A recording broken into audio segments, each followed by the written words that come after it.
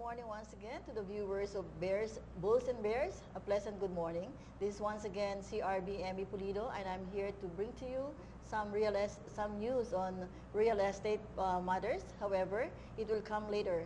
What I have now is to do some reports on the services that we do in Rotary District 3830. So because it is Rotary District 3830's desire that we will be able to reach out to more people. We have many good projects that are lined up right now, especially on the medical missions. So today I have here in the studio the immediate past president of the Rotary Club of Rizal West. He is an immediate past president of District 3830 under Club RC Rizal West. He is actually a medical doctor. He's an anesthesiologist by profession.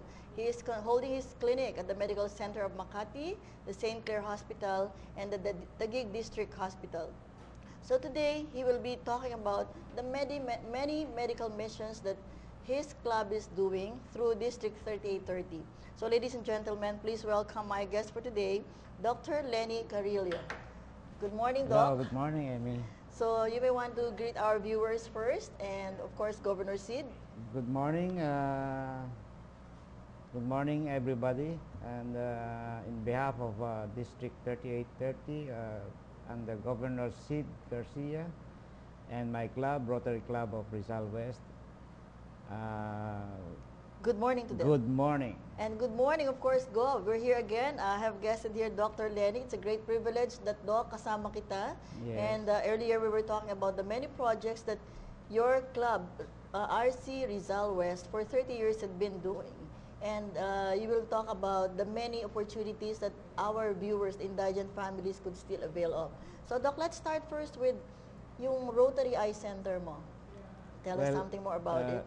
Yes, Amy. I've seen during my several years of membership in Rotary that we can get funding for projects that can help our needy constituents. Mm-hmm. And I've seen projects like the kidney transplant that we did several years back. And Rotary was able to fund it, 1.5 million per patient. Per patient? It's still ongoing. It's being done by the Rotary Club of West Davao. So I thought of a project which is a little less per patient. Per patient. So more patients could be helped. More patients could be helped. With the 1.5 million? With 1.5 million. And we were able to get a grant from RI for 1.3 million pesos, and we were able to buy a phaco machine. It's a machine used for the latest technique in cataract surgery. Cataract surgery. It's a sutureless cataract surgery, and we gave it to the hospital in Taguig, the Taguig District Hospital. Okay. It consists of an operating microscope and a phaco machine. Mm-hmm. And so far, it's exactly 1 year today. We launched it October 27, 2008. Wow. So congratulations. So it's exactly 1 year that you're doing this service. And how many patients have you treated for the cataract operation? So this like you said no seizure anymore, diba? It's like no suture. Suture anymore. It's like through injection na lang ng needle, and then can you please explain how you do it? And they used to do cataract surgeries using a very long incision, about 3 millimeters. 3 millimeters. Now we do it with the latest technique. They just punch a hole in the eye, a hole a little bigger than a needle prick. Okay. On two sides. 2 sides of the eyes. And then they suction the cataract, and then they insert a foldable lens. This lens can be folded so small, and it can be inserted to the eye via a needle.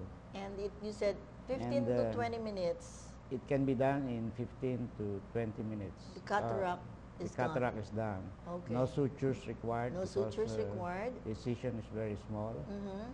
And so you mentioned that you have served more than 1,000 people. Yes, initially... For 1 year? Is it for 1 year? For- 1,000 indigent people? During my term, we did initially about 30 patients. Oh, 30, okay. And then I joined up with other foundations that's doing the same kind of project, like the EFETA Foundation Okay. and the Sagip Catarata. And there was a time, it was May this year, that we did more than 1,000 patients in 2 days. Wow. So more than 1,000 patients in 2 days In for 2 that days. operation catarata. Uh-huh. So ngayon, Doc, how can you are here because you would want to tell our people who might be watching, or maybe the viewers, the businessman viewers that we have right now. I'm sure they also have some outreach families, di ba, na Yes. are in need of help. So in other words, our club or your club can still accommodate patients. Of course, our agreement with the Taguig District Hospital, we're going to have supervision over those machines for 3 years. So we still have another 2 years. And the only requirement that we ask is that the patient should be indigent. So they really have no means to have the No means, operation. So, and ano yung proof nila na they really are indigents?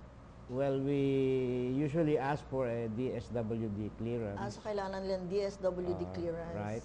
Or if they cannot get it, we'll have to get a certification from a Rotarian that this patient is really indigent. You know, you cannot operate on patients who can pay because the ophthalmologist of our country will... Oh, sabihin naman ng mga ophthalmologist, No. you're getting the business already from them because they can afford to pay, and yet That's we're treating them free, no? So in other words, Doc, there are of course many Rotarians who are viewing right now. So if they're Rotarians and their clubs are not doing this, they can coordinate with you. Of course, Okay. they can certainly... Okay, so and that's certainly can Rotary Club Rizal West. They can call. Of course, ano nga ba, what number to call, Doc? Well, my personal number is Your number. 0917 856 6326. Yes, But- 0917-856-6326. Yes, and you can get in touch with any Rotarians in our district, and I'm Oo. sure